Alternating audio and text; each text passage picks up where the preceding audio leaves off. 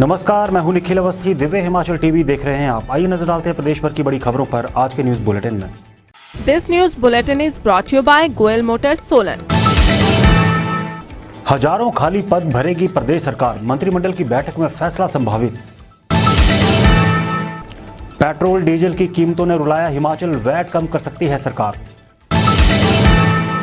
सीएंडबी अध्यापक संघ की चेतावनी, भर्ती प्रक्रिया शीघ्र पूरी करे सरकार। वीकेंड में पैक हो गए हिमाचल के तमाम टूरिस्ट प्लेस, पार्किंग खचाखच भरी।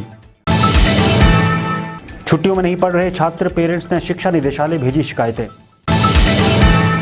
गर्भवती महिलाओं को भी लगेगा कोविड सुरक्षा का टीका, केंद्र सरकार ने जारी किए निर्देश। हिमाचल में फिर सक्रिय हुआ मानसून, 9 जुलाई तक भारी बारिश का अलर्ट। और अब समाचार विस्तार से। सरकारी कर्मचारी और अधिकारी धड़ाधड़ रिटायर हो रहे हैं और कई अहम पद खाली होते जा रहे हैं। इन्हीं खाली पदों को भरने के लिए अब सरकार गति देने जा रही है। मंत्रिमंडल की 7 जुलाई को होने जा रही बैठक में विशेषकर शिक्षा विभाग के खाली पदों को भरने पर फोकस रहेगा। देखिए ये रिपोर्ट। हिमाचल मंत्रिमंडल की 7 जुलाई को होने वाली बैठक में कई विभागों की भर्तियों का मसौदा लाया जाएगा। इसमें सबसे प्रमुख शिक्षा विभाग है, जिसमें हजारों भर्तियों का मामला कैबिनेट में इस बार लाया जा रहा है। सूत्रों के अनुसार शिक्षा विभाग में 4000 पद भरने की योजना है। सरकार ने बजट भाषण में भी इसका जिक्र किया था कि शिक्षकों के विभिन्न श्रेणियों के 4000 पद भरे जाएंगे। इसके अलावा विभाग में 8000 मल्टीटास्क वर्करों के पद भी भरे जाने हैं, जिनके बारे में भी यहाँ चर्चा हो सकती है।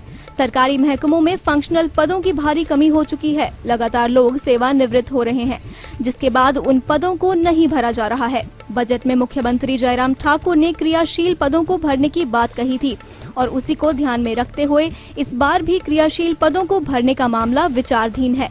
मुख्य सचिव की ओर से सभी विभागों को एजेंडा भेजने के लिए कहा गया है।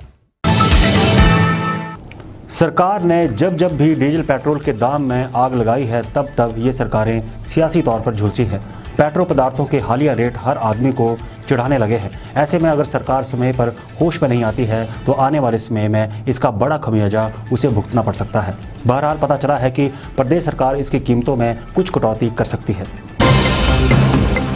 हिमाचल प्रदेश में भी पेट्रोल ने शतक जमा दिया है। ऐसे में अब सरकार पर दबाव बढ़ गया है कि किसी न किसी तरह से पेट्रोल व डीजल के दामों को कम किया जाए। लोगों का गुस्सा फूटने से पहले यहां सरकार को कदम उठाना होगा, वरना इसका उल्टा असर भाजपा सरकार की सेहत पर हो सकता है।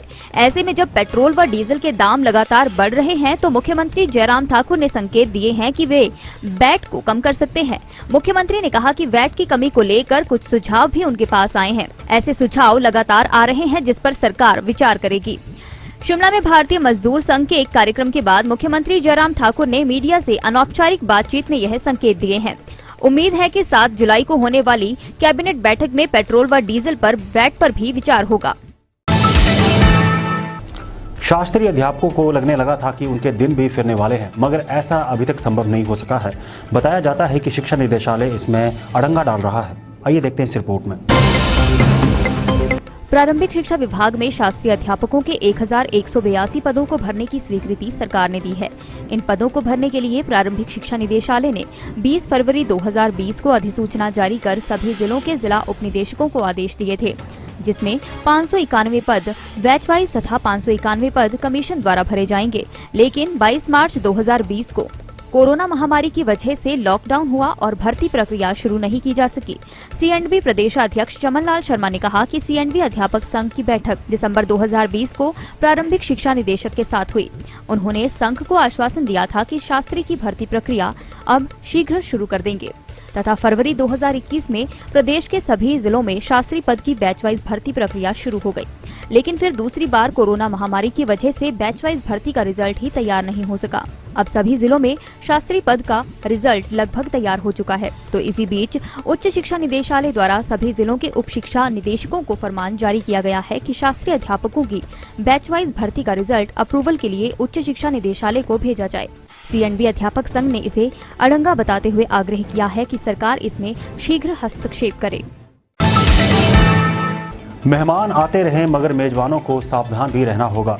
आज प्रदेश के तमाम छोटे बड़े पर्यटन स्थलों पर रौनकें देखी गई। वीकेंड के चलते पड़ोसी राज्यों पंजाब हरियाणा के हजारों वाहन यहां पहुंच चुके हैं।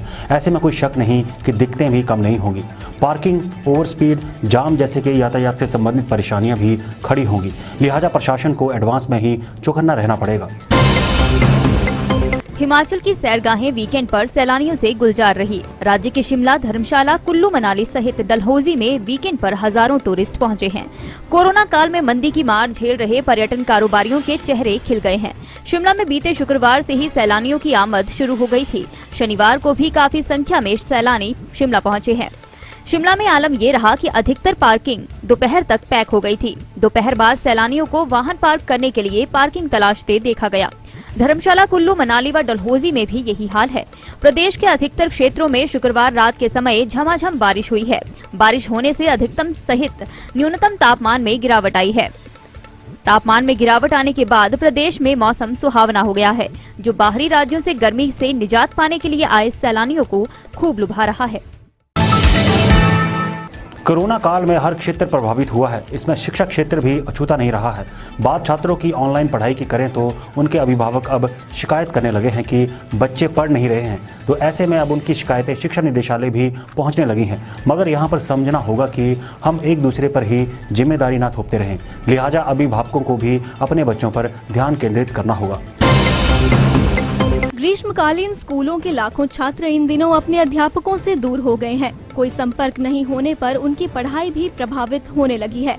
छात्रों की पढ़ाई अब हर घर पाठशाला पोर्टल पर ही निर्भर है। अभिभावक ऑनलाइन शिकायतें शिक्षा विभाग को भेजने लगे हैं। बता दें कि करीब 10,000 सरकारी स्कूल बंद हैं। इन स्कूलों में लगभग 4 लाख छात्र पढ़ाई करते हैं। अब जब ऑनलाइन पढ़ाई बंद कर दी है तो छात्र शिक्षकों से ऑनलाइन बात नहीं कर सकते हैं। इससे अगर किसी विषय में छात्र को असमंजस की स्थिति होती है तो शिक्षकों से कांटेक्ट नहीं हो रहा। नतीजन एक बार फिर से सरकारी स्कूलों की पढ़ाई पर बुरा असर पड़ रहा है। उधर शिक्षा विभाग ने भी समर क्लोजिंग स्कूलों में अवकाश दे दिया है। शिक्षकों को रोज ऑनलाइन पढ़ाने की अनिवार्यता नहीं है। गर्भवती महिलाओं के लिए ये खुशखबरी है कि उन्हें भी अब कोरोना का टीका लगाया जाएगा। केंद्र सरकार के निर्णय के बाद प्रदेश सरकार ने भी इस पर हामी भर दी है। हिमाचल प्रदेश में भी गर्भवती महिलाओं का टीकाकरण किया जाएगा। इसके लिए केंद्र सरकार ने दिशा निर्देश जारी कर दिए हैं। इसके साथ ही हिमाचल प्रदेश स्वास्थ्य विभाग ने भी इसके लिए अपने कर्मचारियों को विशेष प्रशिक्षण देने के आदेश किए हैं। गर्भवती महिलाओं के टीकाकरण के लिए राष्ट्रीय तकनीकी सलाहकार समूह की सिफारिशों के अनुसार भारत सरकार के स्वास्थ्य मंत्रालय ने गर्भवती महिलाओं के कोविड-19 टीकाकरण को इस शर्त के साथ मंजूरी दे दी है कि उन्हें कोविड-19 संक्रमण के साथ साथ देश में उपलब्ध कोविड-19 वैक्सीन से जुड़े जोखिमों और लाभ की जानकारी देनी होगी। देश में वर्तमान में 3 वैक्सीन कोविशील्ड, कोवैक्सीन और स्पुतनिक वी को आपातकालीन स्थिति में उपयोग के लिए मंजूरी दी गई है। और आइए अब जानते हैं मौसम का हालचाल। धीमे पड़े मॉनसून ने एक बार फिर रफ्तार पकड़नी शुरू कर दी है। बीते शुक्रवार को प्रदेश के अधिकांश क्षेत्रों में गर्जन के साथ झमाझम बारिश हुई है। बारिश होने से अधिकतम के साथ साथ न्यूनतम तापमान में भी गिरावट आई है। मौसम विभाग ने रविवार को भी कुछ स्थानों पर गर्जन के साथ भारी बारिश और तूफान का अलर्ट जारी किया है। 5 जुलाई को प्रदेश में मौसम साफ बना रहेगा। 6 और 7 जुलाई को भी भारी बारिश होने का अलर्ट है। 9 जुलाई तक मौसम खराब बना रहेगा। अधिकतर क्षेत्रों में शुक्रवार रात के समय गर्जन के साथ बारिश हुई। नैना देवी में 66 मिलीमीटर बारिश हुई है। आज अधिकांश क्षेत्रों में दोपहर तक मौसम साफ बना रहा। अधिकतम तापमान में 1 से 3 डिग्री तक की गिरावट आई है। इस गिरावट से लोगों ने रात के समय पड़ रही गर्मी से राहत की सांस ली है। और अब चलते चलते नहीं रहे स्वतंत्रता सेनानी कश्मीर सिंह। ज्वाली में राजकीय सम्मान के साथ किया गया अंतिम संस्कार। सोमभद्रा नदी में अवैध खनन पर अब ड्रोन से रखी जाएगी नजर। खनन विभाग ने पुलिस को दिए यंत्र। पांवटा साहिब के रामपुर घाट में पेश आया दिल दहलाने वाला हादसा। मासूम की ड्रम में डूबने से मौत।